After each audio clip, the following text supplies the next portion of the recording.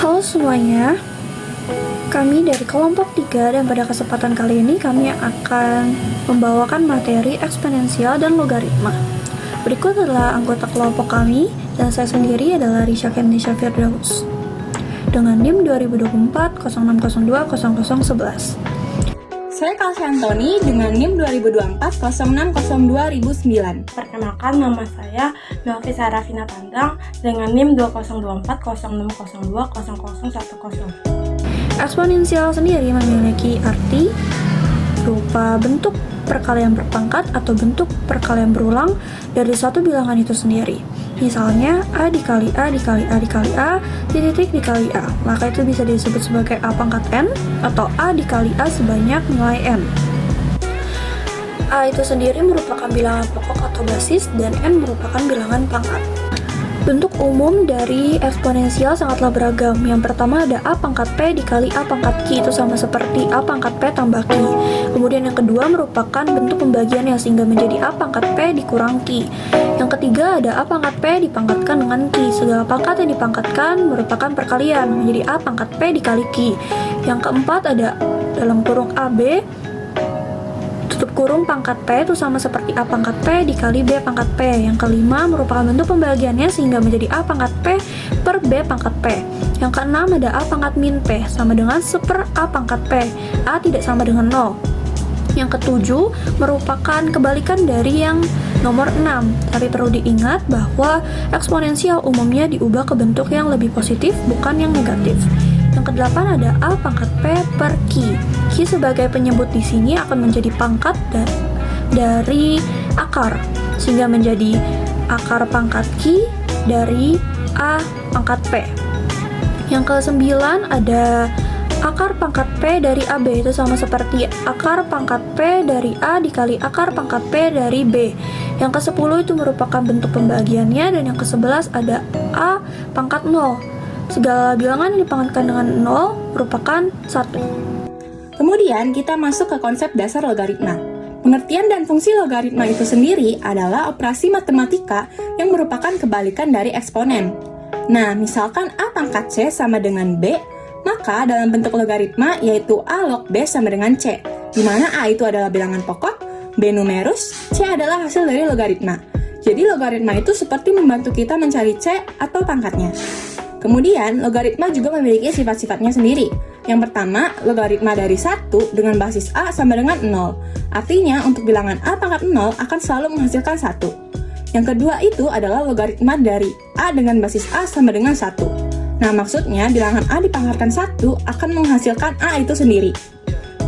Kemudian, logaritma dari B dikali C dengan basis A sama dengan penjumlahan logaritma B dan C dengan basis A.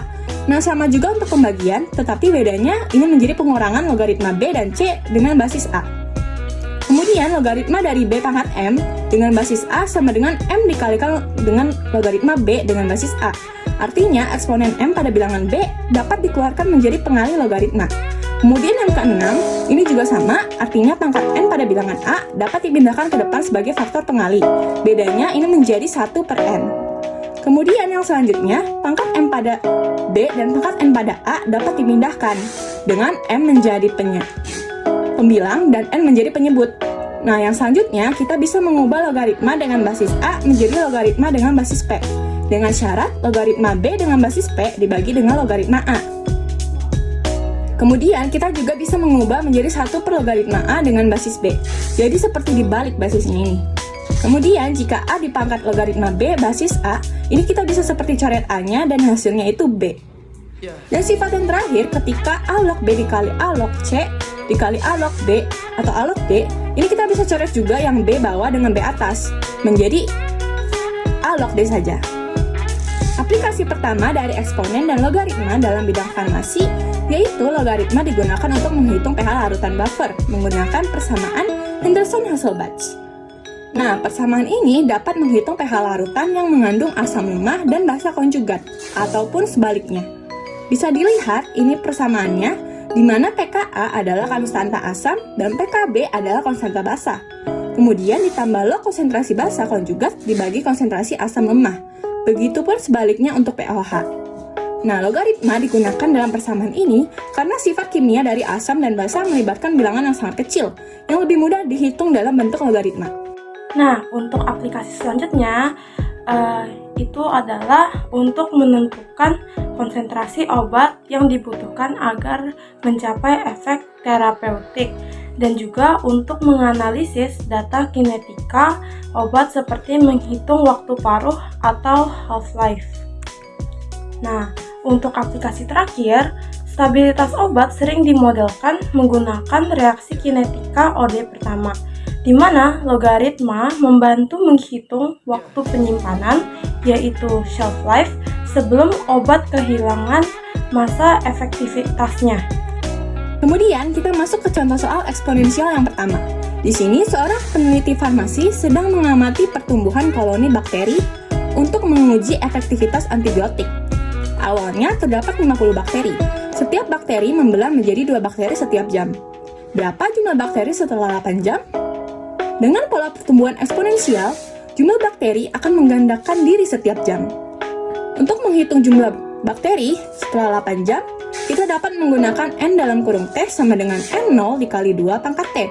Jadi N0 ini jumlah bakteri awal, 50 bakteri, dan T adalah waktu dalam jam, 8 jam. Jadi di sini 50 dikali 2 pangkat 8. Nah, 2 pangkat 8 itu 256. Jadi 50 dikali 256 sama dengan 12.800. Jadi jumlah bakteri setelah 8 jam adalah 12.800 bakteri. Di sini saya ada contoh soal, yaitu 2 pangkat 2x dikurang 2 pangkat x tambah 3 ditambah 16 sama dengan 0. Maka kita ubah dulu basisnya menjadi 2 pangkat 2x dikurang 2 pangkat x dikali 2 pangkat 3 ditambah 16 sama dengan 0. Kemudian kita misalkan 2 pangkat x-nya menjadi p, sehingga menjadi p pangkat 2 dikurang 2 pangkat 3p ditambah 16 sama dengan 0. Sehingga kita bisa mendapatkan bahwa P pangkat 2 dikurang 8P tambah 16 sama dengan 0. Maka kita cari dulu P-nya.